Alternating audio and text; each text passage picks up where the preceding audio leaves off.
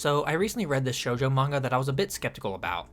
Not that I thought it would be bad, but it was pretty short with only about 16 chapters, and I didn't know how they were going to tell a compelling romance story in that time.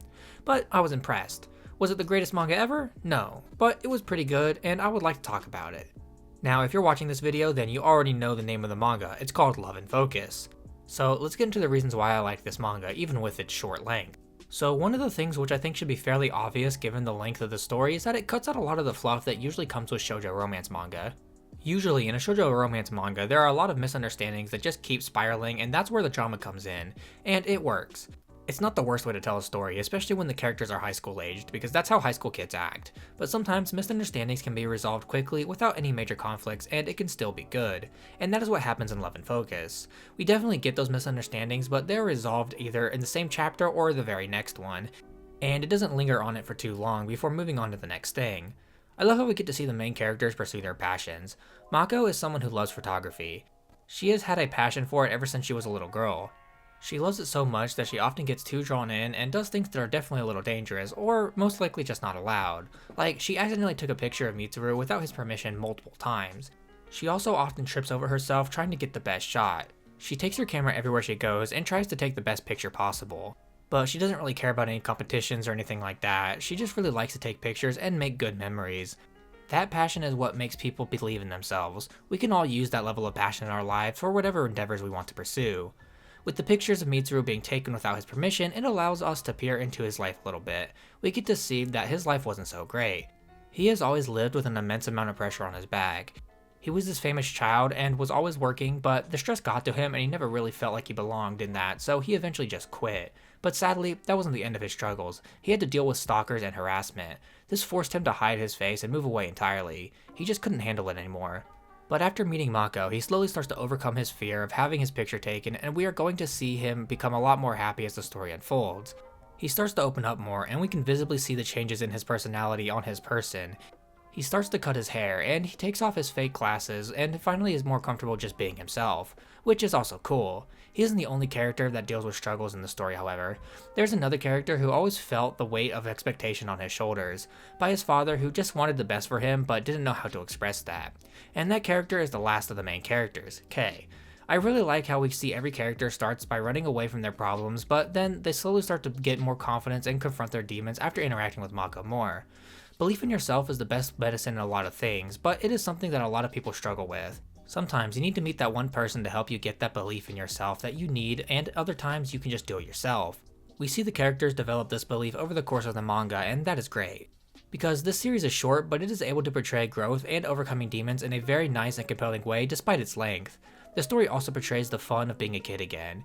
You have no responsibilities, so you can pursue your passions unbridled and just have fun and enjoy life. The characters get chances to grow, experience life, explore their passions, and just really live a good childhood life. This is in part to having great friends alongside other factors.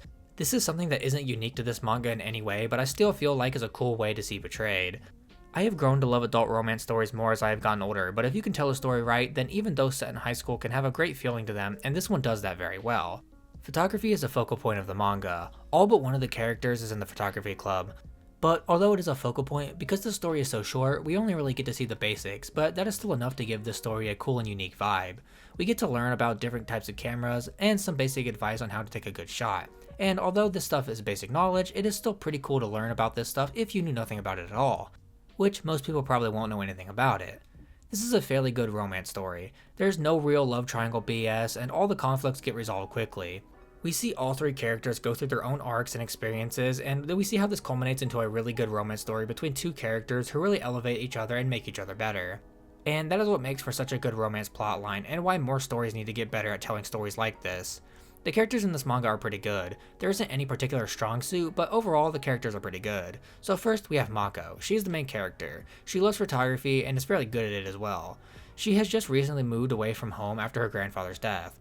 She is trying to discover her own enjoyment in life, and she wants to carve her own legacy. She is pretty funny at times and often doesn't understand personal space, but that isn't framed in a bad way, it's just how her character is. Mitsuru is the next main character, and he has a really interesting backstory. He deals with a lot of trauma from his past that makes him not want to show his face to anyone, so when Mako takes a picture of him, he freaks out.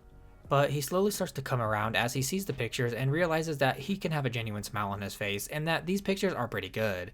He eventually cuts his hair and removes his glasses, and his slow progression is how you can see his growth. Kei is the last of the main characters. He is Mako's childhood friend and someone who cares about her a lot. At first, I thought he was going to foster the stupid love triangle like in most shoujo manga, but thankfully that wasn't the case.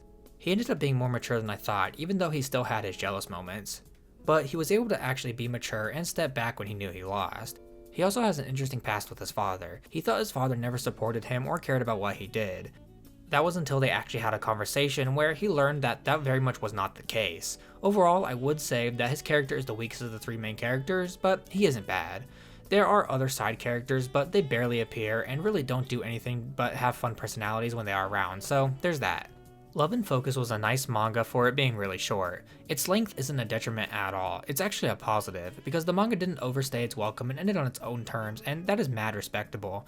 This is just a good, solid manga. Nothing more, nothing less. Alright, that was the video. If you liked it, be sure to leave a like on this video, and subscribe to the channel, it helps out a lot. And if you do decide to join the community, then I guess I'll see you next week with another video. Bye!